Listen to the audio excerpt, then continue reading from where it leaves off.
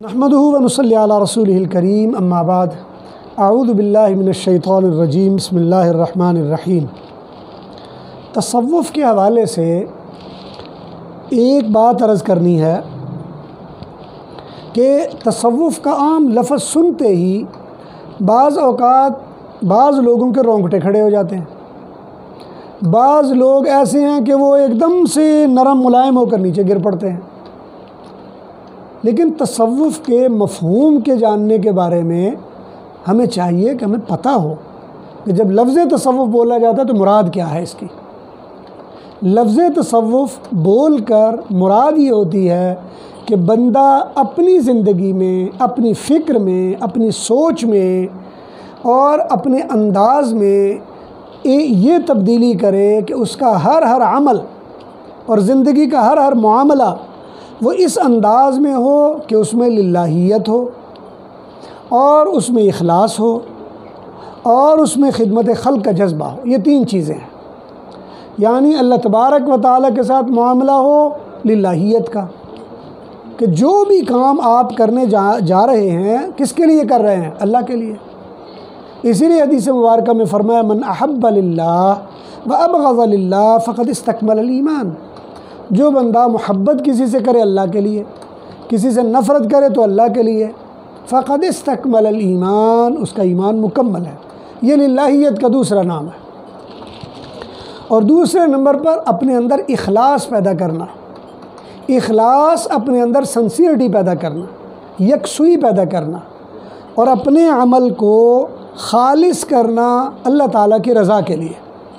آپ جو بھی عمل کرنے جا رہے ہو، آپ نماز پڑھ رہے ہیں، آپ ذکر کر رہے ہیں، آپ تسبیحات کر رہے ہیں، بڑا عمل کر رہے ہیں، آپ چھوٹا عمل کر رہے ہیں، مقصد کیا ہے؟ اخلاص اس کا نام ہے کہ آپ کا وہ عمل اللہ کے لیے ہو۔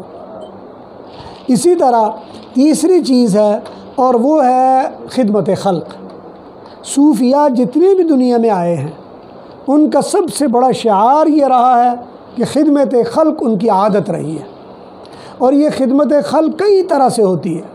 خدمت خلق زبان سے بھی ہے کہ آپ لوگوں کو سمجھا رہے ہیں، پڑھا رہے ہیں، بتا رہے ہیں۔ خدمت خلق قلم سے بھی ہے، آپ کچھ لکھ کر کسی کو دے رہے ہیں، سمجھا رہے ہیں، بتا رہے ہیں۔ خدمت خلق مال سے بھی ہو سکتی ہے، آپ کسی کو کھلا رہے ہیں، پیسے دے رہے ہیں، کچھ کر رہے ہیں۔ خدمت خلق سمجھانے سے بھی ہوتی ہے، کسی بگڑے ہوئے کو اپنے پاس بٹھا کے سمجھا رہے ہیں، بتا رہے ہیں۔ خدمت خلق صلح کے ساتھ بھی ہو سکتی ہے، دو لڑے ہوئے کو آپس میں ملا رہے ہیں۔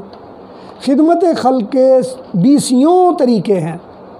اسی طرح اخلاص زندگی میں ایسی کیفیت کا نام ہے کہ آپ جب بھی جو بھی عمل کرنے لگے ہو اس میں آپ کا معیار کیا ہے؟ ان صلاتی و نسکی و محیای و مماتی للہ رب العالمین۔ ہر کام میں آپ اللہ کے لیے کر رہے ہیں اور کوئی آپ کے سامنے نہیں ہے۔ دنیا کی غرض، دنیا والوں کی غرض، دنیا میں کسی کی طلب، دنیا میں کسی کی خوشنودی وہ آپ کے پیش نظر نہیں ہے۔ اخلاص اس کا نام ہے۔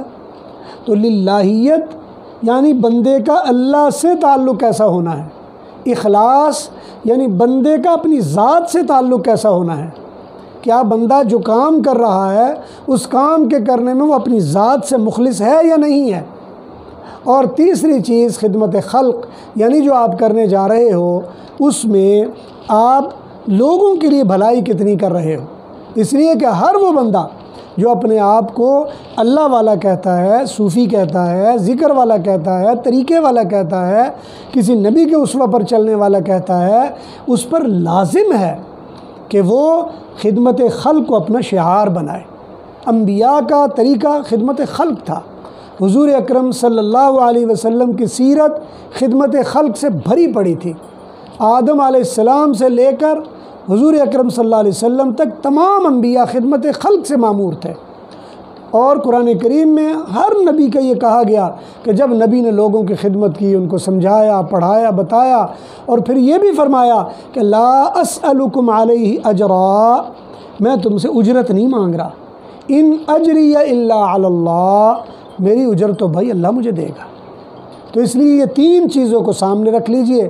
تصوف کی بنیاد تین چیزیں ہیں، للہیت یعنی بندے کا اللہ سے تعلق، خدمت خلق یعنی بندے کا اپنے ذات سے تعلق، اور سب سے آخری بات خدمت خلق. اگر یہ 3 چیزیں آپ پوری کر لیتے ہو آپ ایک اچھے صوفی ہو. دعا ہے اللہ ذوالجلال سے اللہ تبارک و تعالی سمجھنے اور عمل کی توفیق نصیب فرمائے. وآخر دعوانا الحمدللہ رب العالمین.